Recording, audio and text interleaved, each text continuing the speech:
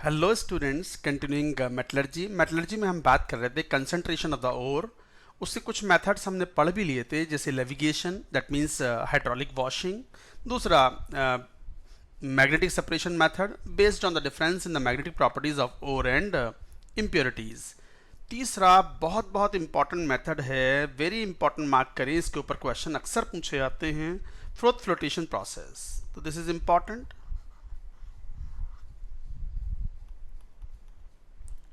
Froth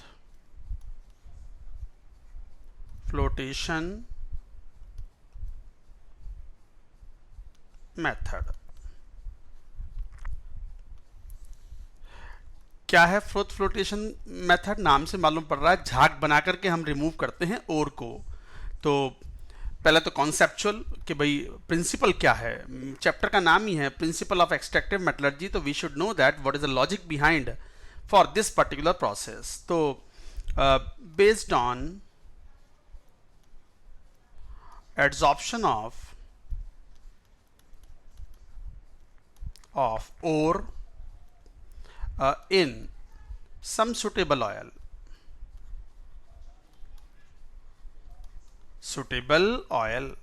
तो suitable oil में adsorb हो जाता है, ये मेन बेसिस है, mainly used for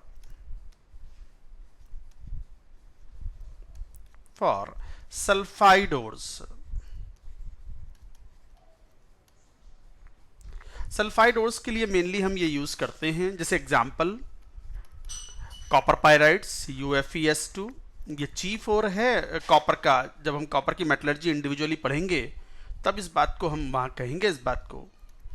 then may be ZnS, PbS and HgS etcetera. तो mainly it is used for sulphide ores. क्या कॉन्सेप्ट क्या है इसमें? ore is wetted preferentially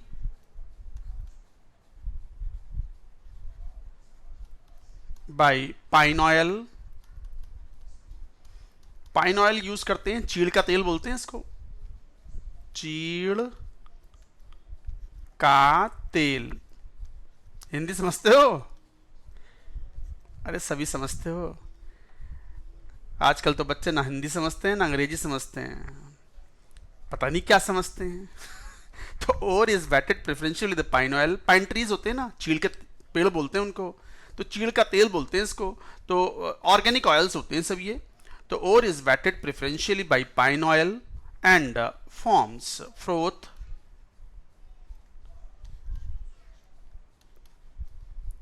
in presence of compressed air, in presence or stirred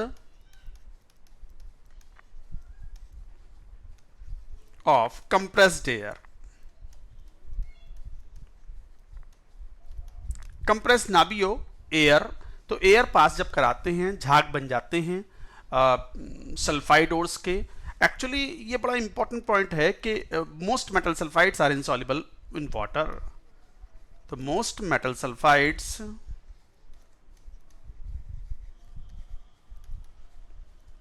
are sparingly soluble in water।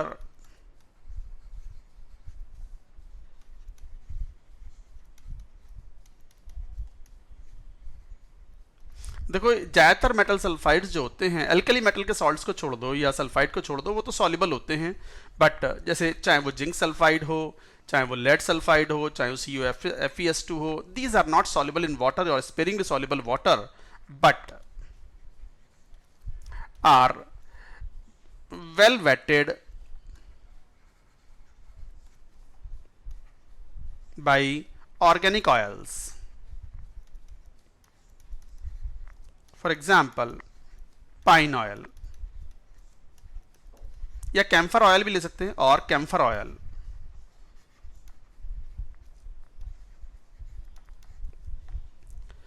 अच्छा, और impurities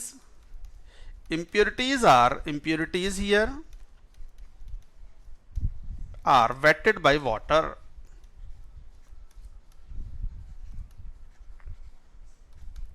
तो impurities यहाँ पानी से वेट हो जाती हैं, और जो मेटल सल्फाइड ओर्स हैं वो पानी में बहुत कम सॉल्युबल होते हैं, इनसॉल्युबल होते हैं ऑलमोस्ट, और वो ऑर्गेनिक ऑयल जैसे पाइन ऑयल में वो वेट हो जाते हैं, एड्जॉर्ब हो जाते हैं। तो ये बेसिस है, और जब एयर पास कराते हैं तो वो झाग बना लेते हैं। झाग कम डेंसिटी के होने की वजह से दे कम एट द टॉप। तो लिख देंगे इस बात को, froth comes at the top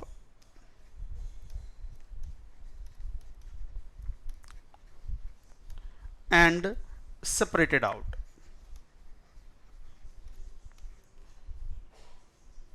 Separated out.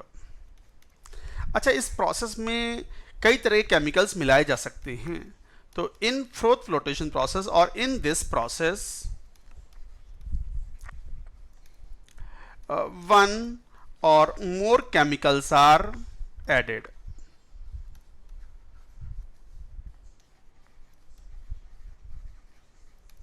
जैसे कौन कौन से केमिकल्स?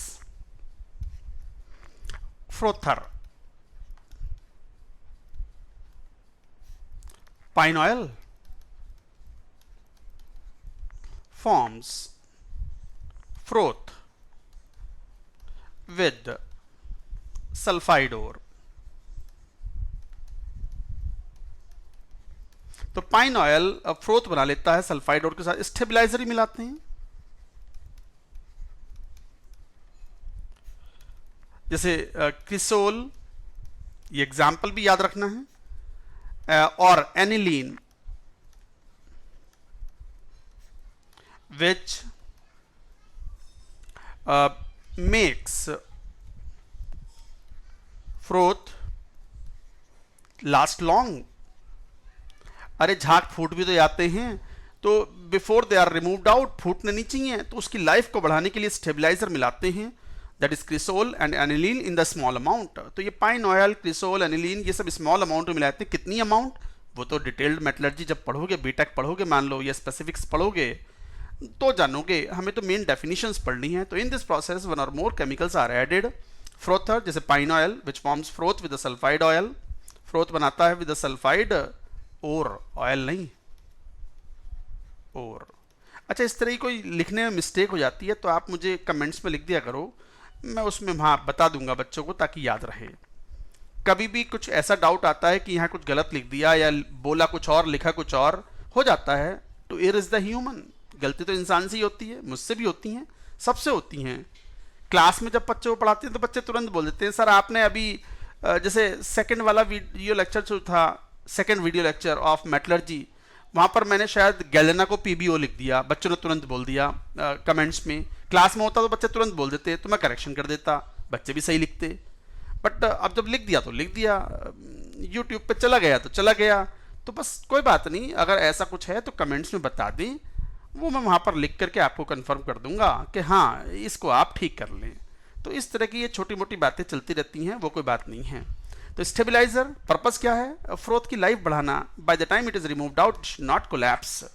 तो फ्रोथ को लंबे समय तक स्टेबलाइज करने के लिए क्रिसोल और aniline is added. Then comes an important collector. Collector is added, collector साहब मिलाए गए इसमें। जैसे एग्जाम्पल कौन? सोडियम और पोटेशियम इथाइल जेंथेट, इथाइल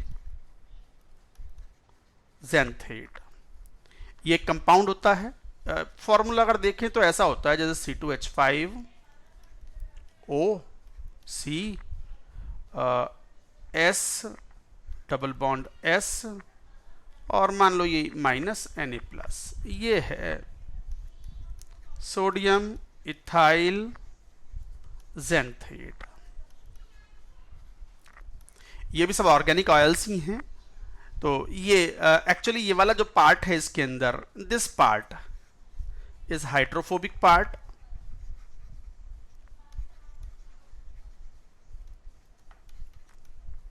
और ये वाला जो पार्ट है this is hydrophilic part.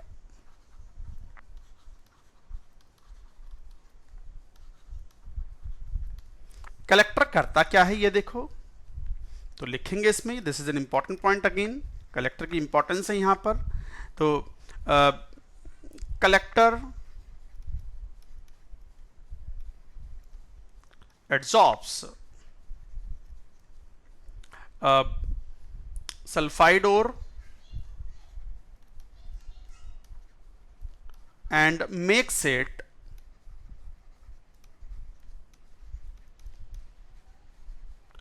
Water repellent. ये वर्ड इंपॉर्टेंट है। देखो मैंने क्या कहा, आप जिंक सल्फाइड, कॉपर सल्फाइड या मरकरी के सल्फाइड के लिए आप ये फॉलो कर रहे हो froth flotation process for the concentration of the ore. आपने पहले कहा कि ये सल्फाइड जो है पानी में ऑलमोस्ट इनसॉल्युबल है, बट कुछ तो सॉल्युबल हैं, कुछ तो वेट होगा। तो वो भी ना हो तो उसके लिए कलेक्टर मिलाते हैं थोड़ी सी अमाउंट में। तो कलेक्टर क्या होता है, वो एब्जॉर्ब कर लेता है सल्फाइड ओर को और एक लेयर बना लेता है। Polar part connects with the sulphide ore, और वो पानी में जो थोड़ा बहुत घुल रहा था वो भी नहीं घुलने देता, वाटर रिपेलेंट कर देता है। तो वाटर में सल्फाइड ओर की जाने की टेंडेंसी क्या हो जाती है, नेग्लिजिबल। तो एक तरीके से it makes it water repellent. वो कैसे, कलेक्टर कलेक्टर क्या, कलेक्टर तो बता दिया मैंने। पोलर पार्ट और hydrophilic part of sodium ethyl जेंथेट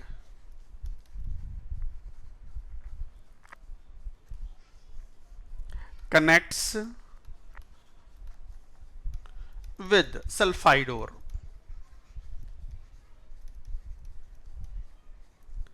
and helps forming froth।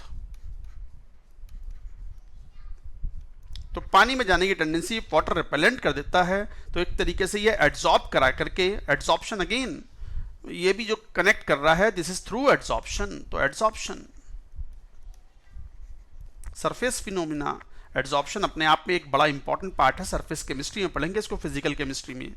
तो पोलर पार्ट और hydrophilic part of the sodium ethyl xanthate connects with the sulphide ore and helps forming froth. अच्छा, ये तो हमने कह ही दिया था कि इंप्योरिटीज जो हैं they have the better tendency to get wetted in water. तो froth comes at the top, impurities are wetted by water. तो ये कलेक्टर मिलाया हमने। एक और तरह का सब्सटेंस मिला सकते हैं, depressant and activating substance. Depressant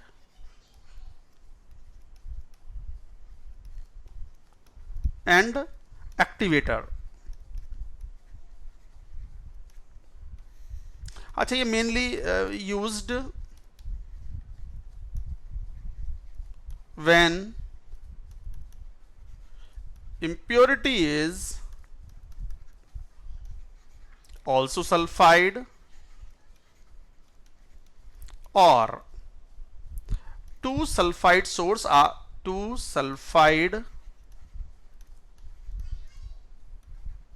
ores are in the sample। मैं लिखता भी जा रहा हूं, केवल बोलना ही नहीं है, लिखने से क्या होगा, आप नोट्स भी बना सकते हो प्रॉपरली। इंपॉर्टेंट चैप्टर है मेटलर्जी। तो डिप्रेसेंट और एक्टिवेटर्स जनरली जब यूज करते हैं हम, जब इंप्योरिटी इज आल्सो सल्फाइड या फिर दो सल्फाइड और सैंपल के अंदर हैं। जैसे इसका कॉमन एग्जांपल है गैलेना, पीबीएस, ये और है सल्फाइड और, प्लस साथ में ZnSP इसमें प्रेजेंट है। अब हो सकता है कि वो और के रूप में लिया जाए या इंप्योरिटीज के रूप में लिया जाए, plus other impurities.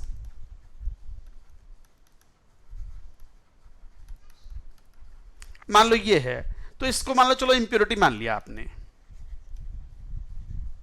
But impurity भी कोई वेस्ट थोड़ी है, उसमें भी तो जिंक है, उसकी भी तो कुछ इफेक्टिव वैल्यू होगी, तो उसको भी हम ऑब्टेन कर सकते हैं।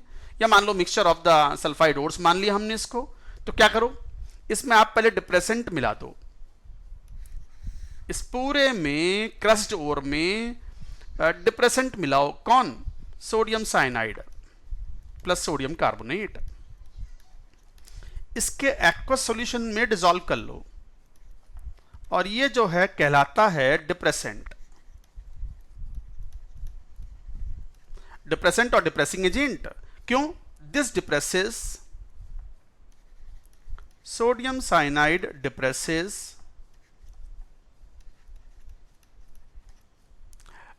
PBS,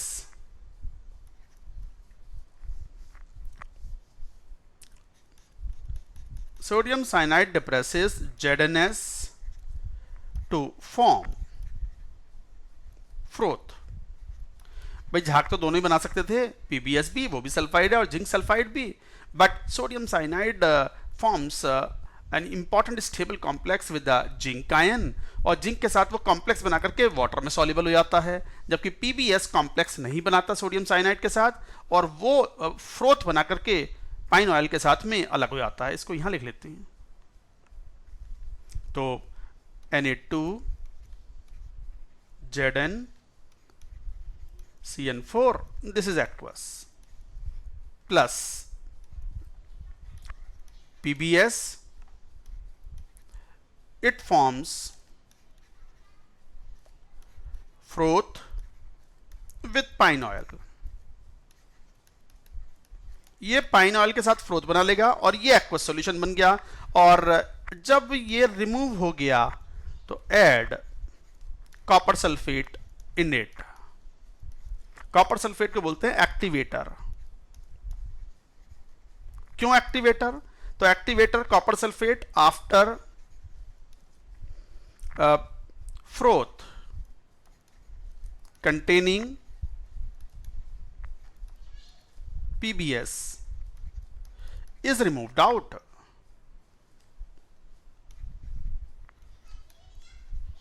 देखो क्या बात कर रहे हैं हम। आपने कब यूज करना है ये depressant and activator? Only when, जब ओर के साथ साथ इंप्योरिटी या दो सल्फाइड ओर का मिक्सचर हो तब। जैसे एग्जांपल लिया हमने गैलेना के साथ में, एनसीईआरटी ने एग्जांपल लिया, ये जिंक सल्फाइड भी है। चलो जिंक सल्फाइड को इंप्योरिटी मान लो, नहीं तो इसे ओर का मिक्सचर मान लो। हमारे लिए अब जिंक भी इंपॉर्टेंट हो गया और लेड भी इंपॉर्टेंट हो गया। Other impurities are there, they will be dissolved in water और they will settle down at the in the bottom of water. Pine oil use करेंगे हम, तो दिस मिलाया प्लस पाइन ऑयल ही मिला रहे हैं ना साथ में, प्लस अदर्स। अदर्स कौन? वही collector, stabiliser and all those things, वो अदर्स में आ गए। समझ में आ गई बात? तो सोडियम साइनाइड के साथ में जिंक कॉम्प्लेक्स बना लेगा और एक्वस सॉल्यूशन में ही रहेगा। समझ में आ गई बात? और गैलेना जो PBS है, this does not form complex with the cyanide ion and it forms froth with the pine oil, और एक तरीके से उसको हम रिमूव कर लेते हैं। तो एक तरीके से sodium cyanide depresses ZnS to form froth, इसलिए इसे डिप्रेसेंट बोलते हैं। सोडियम कार्बोनेट तो बेसिक मीडियम मेंटेन कराने के लिए है। तो सोडियम साइनाइड का पर्पस क्या हुआ? डिप्रेस कर रहा है ये to form the froth by ZnS। आई समझ में बात? अब आपने जब PBS को रिमूव कर लिया आपने in the form of froth, हट गया PBS, अभी जिंक है, जिंक को वापस से ऑब्टेन करना है तो कॉपर सल्फेट मिला लो, एक्टिवेटर कहलाएगा। After the froth containing PBS is removed out, तो क्या होगा? कॉपर का कॉपर 2+ साइनाइड के साथ में बहुत ही इंपॉर्टेंट कॉम्प्लेक्स बनाता है +1 ऑक्सीडेशन स्टेट में, and this forms like Cu CN4 3- +1 oxidation state में। It's a highly stable complex. इसमें वो वाला कॉन्सेप्ट नहीं लगेगा कि more active metal is displacing the less active. अरे कॉपर तो लेस एक्टिव है, तो वो वाला कॉन्सेप्ट नहीं है यहाँ पर। और वैसे भी मेटल थोड़ी मिला रहे हैं, यहाँ तो कॉम्प्लेक्स फॉर्मेशन वाला कॉन्सेप्ट है। बच्चे अक्सर पूछते हैं मुझसे ये बात, तो वो तो मेटल डिस्प्लेस करेगी ना, यहाँ मेटल थोड़ी यूज कर रहे हैं, तो कंपाउंड यूज कर रहे हैं हम। तो यहां ज्यादा स्टेबल कॉम्प्लेक्स है, highly stable complex, highly stable complex. Plus साथ में कौन बन गया? ZnS। मिल गया ZnS। Now ZnS is removed as froth with pine oil। आप यहां से ZnS को पहले अलग करोगे, सेपरेट आउट करोगे, प्रेसिपिटेट बन गया। जिंक सल्फाइड के प्रेसिपिटेट को वापस से डिसॉल्व करोगे in the pine oil, same solution में नहीं, अलग से पाइन ऑयल में, and froth will be formed and we can obtain the concentrated ZnS and concentrated PbS. तो ये था मेथड. तो copper sulphate here is activator and sodium cyanide acts as depressant. तो ये था इंपॉर्टेंट पॉइंट्स. तो कई इंपॉर्टेंट पॉइंट्स थे इस पूरी प्रोसेस में. This is very very important. Collector का रोल क्या है, कलेक्टर का फॉर्मूला भी याद रखें, मैकेनिज्म क्या है इसका, that also you should remember. Stabiliser कौन से मिलाते हैं, फ्रोतर क्यों मिला रहे हैं, और फ्रोतर है कौन और किसके लिए इस्तेमाल करते हैं. This is most important. Sulphide ores. Understood. तो ये था froth flotation process mainly used for sulphide ores for the concentration of sulphide ores. That's it for now.